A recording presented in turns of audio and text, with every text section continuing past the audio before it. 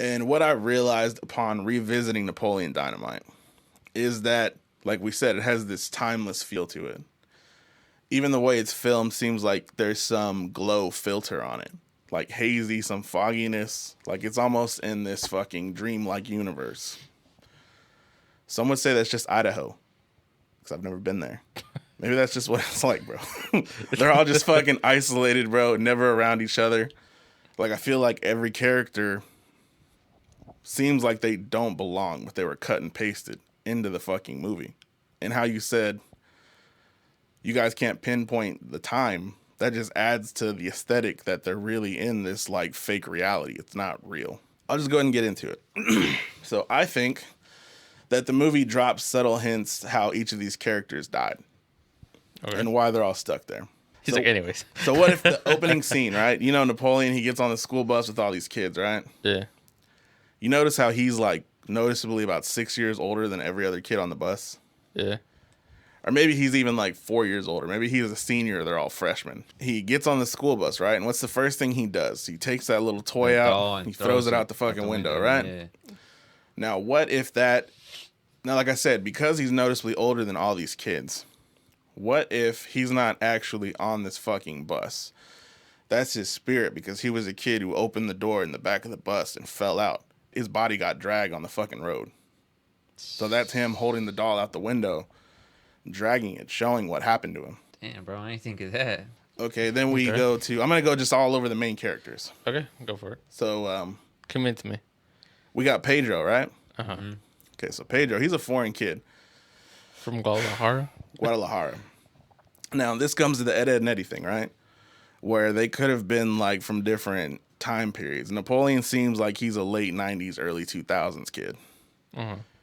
Pedro could be, like, a fucking foreign kid from, like, the fucking 50s or 70s or some shit, bro. He's dressed in classic, how would you call that? Like, bicep outfit? Yeah, like a cowboy? This man dressing like my dad. Yeah. But his relatives, they all dress like modern times. They're cholo niggas, right?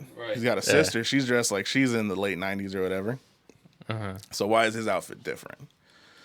That's one example. Second example for Pedro is what happens in the middle of the movie to Pedro that's just random as shit. There's no explanation for it. Man got shaved. He gets really hot. He's always hot and he's always sweating. Oh, I don't want the shave part. So he's got to shave his fucking head, right? Yeah. So what if the way Pedro died is he got sick, some type of fever? He just fucking died of sickness. He was sick for like a day. He missed it. He's sick throughout the whole movie. Yeah. He's always sick. He's always sweating. So what if that's how he went? He was fucking... He had a fever. He got some type of sickness, some illness, and that's why... He got that COVID-19. That's why he's always hot and shit and sweating. All right. So that's what I thought that made sense for that. That's how Pedro's stuck in this purgatory. And then we got Deb, the main love interest chick, right? So she has a thing where she's like door-to-door salesmaning. She's doing photography, private photos for people. Remember there's a scene where she has Uncle Rico the second time getting his photo taken. And he's pissed off at Napoleon, so he pulls that card out from his like jacket or whatever. Yeah. But before that, there's this tense moment where he's like creeping up on her, and she has this real nervous look, and she's like, "What are you doing?" Like if it's hatching up some flashback, like if she had gotten killed or some shit during one of those like photo shoots. And next would be Kip. So what do we know about Kip from the get-go? Chatting online with babes all day, right? Yeah. And what's a common trope of the early 2000s when kids were first experimenting with online chat? Don't talk to strangers. You don't talk to strangers. Why? Because they're probably, if you're a boy, it's probably a grown man out there trying to buff you. Right. So would it be out of the realm of possibility to assume that that's what happened to Kip? He got catfished, met up with some nut, took his ass out. Uh-huh. Now, it might just seem like I'm making up my own like fan fiction for all these characters, right? Oh yeah, and that is what I'm doing pretty much. This is all. That's pretty. I'm pretty convinced so now. I don't know, Chris. You haven't convinced me yet. I feel like you're just kind of pulling this out of your ass. Okay, let me continue. Something weird already. My mind, bro. Something weird that I noticed. Okay. So you know how the first time when Napoleon gets asked to feed the llama, right? Yeah. The grandma points to the counter. There's like a little tray of food, and it's got like flies and shit all around it, right? Uh-huh. All right, so there's flies. No big deal. Later in the movie, Napoleon goes to some farm to work a job for a little bit, fucking with the chickens on his lunch break. Table of food. Unnatural amount of flies again all over the fucking place. Flies everywhere. Mm-hmm. All right, whatever. There's food. But there's a conversation that happens about 3/4 of the way through the movie between Napoleon and either Pedro or Deb. I can't remember. He's talking to somebody outside of their school. Uh-huh. And it's just a random conversation. There's upbeat music playing, but at the end of the conversation, they stop and they both stare at each other and they're smiling. Camera goes back and forth to their faces a few times. But while that's happening, the audio is clearly there to where you can hear flies still. Just out of nowhere. There's no food around.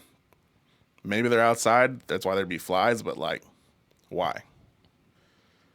Because they're outside. Why did it have to be poignant that there was flies in that moment there? What do we know that flies are attracted to? To dead bodies. To food or dead bodies. And it's crazy because when Uncle Rico was taking a picture that first time, he swatted a fly too. Why would a fly be there? Why would the director want us to know there were flies there in that moment? Another point. Go on. At the very end of the movie, Pedro's giving his fucking speech, right? He walks up to the stage and he's like, I don't know what to say, so I'm just going to bullshit. He's like, I'll promise you all chimichangas. Didn't say that, but okay. He's like, I'm going to have, I think we should have the school blessed. He's like, I've heard that the saint of El Santa Niño de la Cocha is a good one. So I looked it up because I was like, that's a very specific thing to say that I've never heard of. Uh-huh. So what that saint is from the 1500s. Apparently, some people, it's represented as a small child holding a pail of water and a scepter. And it's most famously known for being from some guys that were all in prison.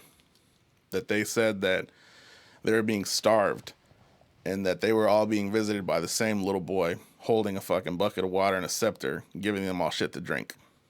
So the saint became known as the Saint of the Abandoned or the Forgotten. I feel like it's a very specific fucking saint to name for this particular moment about people that I think are abandoned in purgatory. They do try the time travel machine. Do you think that would be like? Nah, that's too far sketched. Never mind.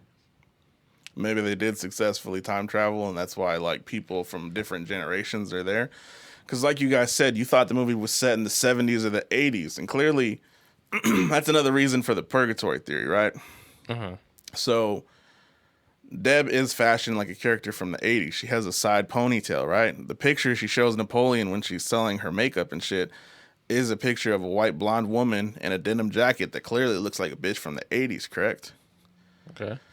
However, Napoleon goes to a thrift shop later in the fucking movie. While he's in the thrift shop, yes, they have all this old technology. They got, VHS players. They got old-looking box TVs and shit. But on the shelf marked where it says TVs and shit, videotapes, there's a shelf above it that says CDs. Mm-hmm. CDs didn't come around till, the late 90s? Early 2000s? I don't know. I didn't catch that. So that in and of itself lets you know this movie did take place in a time period later than what you guys are thinking it was, but Deb is clearly a person from this era, or at least is fashioned to look like that. I don't know. Still not convinced. Bullshit, bro. I don't know, bro. This is like too much to think about right now. I don't know, man. But the only thing that I'm questioning is why are they still aging? That's the only thing. Why is it not showing them at the age that they died? Well, because, it's possible. Okay, so Uncle Rico has two things I thought of that could have happened to him. One is he died in the van. That's why I think that he lives in the van still. Or what happens to him at the end of the movie when he's doing his door-to-door salesman shit and he starts fucking with the dude's wife? He gets his ass beat. Yeah. So would it be a stretch to assume he's possibly done that before, and however he got beat to death? Yeah, I guess so. But then what about the woman that meets him after? What do you mean? Well, that's a whole nother thing, right? So think of what the main story of Napoleon Dynamite is. What would you say the plot is? Just your average week at high school. Average week of high school? It's a day in the life. There's no real central villain, is there? No. Nah, not really. Summer, the chick Pedro's running for president against. And I guess The uncle. Maybe the uncle, kind of. Ish. Or could you say we're on a journey with all these characters to see who's going to figure out a way to escape? Nah, but yeah, so like I think that's their whole journey is they're trying to see which characters are going to be able to escape this purgatory, right? And by the end of it, I think 2 of them get out. Who? My boy Kip meets LaFonda, right? Mm-hmm. She puts that motherfucker on a bus, and they get the hell out of there. And the way they spell LaFonda's name is very specific. It's La Fawn, F-A-W-N, duh, D-U-H, like a fawn, duh. Mm-hmm. You guys know what a fawn symbolizes? No. It symbolizes pure and innocence, to respect one's slow growth at their own time. I'm like in awe that you've done all this like research for this shit, bro. But you did this all in 5 minutes, though. Yeah, literally. I watched the movie at 10, and now I'm talking to you guys. And my God. So fucking yeah. So that's literally what her character represents is her pulling Kip out of this purgatory like place. So you could say metaphorically, maybe that's like the movie's way of showing them ascending, going to fucking heaven, bro. This man turned into a gangster. Maybe she's the one that robbed him and killed him. Because think about, possibly. This man turned into a gangster and made it out. Yeah. Bro, he found himself and he got the dip. This dude. But now think about like all the imagery that Napoleon Dynamite's drawing and shit, right? Like What is he drawing? He's drawing mythological creatures. One of them is a liger. But a lot of them are fucking Pegasus. A horse with wings. What was Pegasus representing in Greek mythology? I don't know because I didn't look it up. If I was to guess, though, somebody rode that motherfucker to heaven because I saw him with Hercules a lot. Look it up right now. There was a point to this. What did you say before I went into this rant? No, keep it going. So yeah, it's all about Ascension. Uncle Rico fucking... you said 2 people made it out. People made it out. Uncle Rico, you brought up the woman. What about the woman? What does she mean?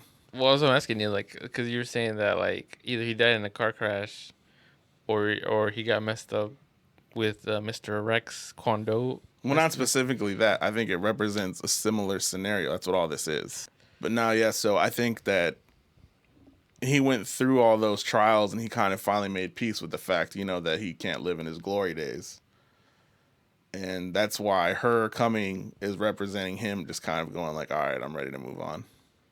And you could say that it's just small town fucking people moving on from the small town. But like I said, just in terms of this metaphor I'm making up for the entire thing, it fits. Was it a unicorn or a fucking Pegasus now that I'm thinking about it? Now you're debunking your own theory, man. Nah, bro, that's the point. I'm not confident in it. I'm just shooting the shit. Okay, like, so what about the liger?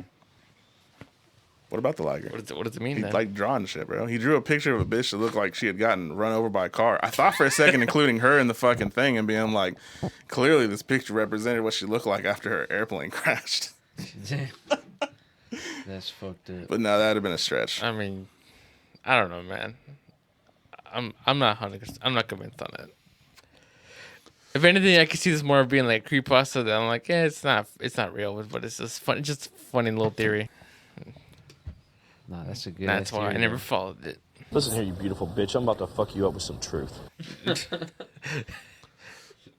No, I don't know. But anyways, yeah. So that's like my thing with Napoleon Dynamite.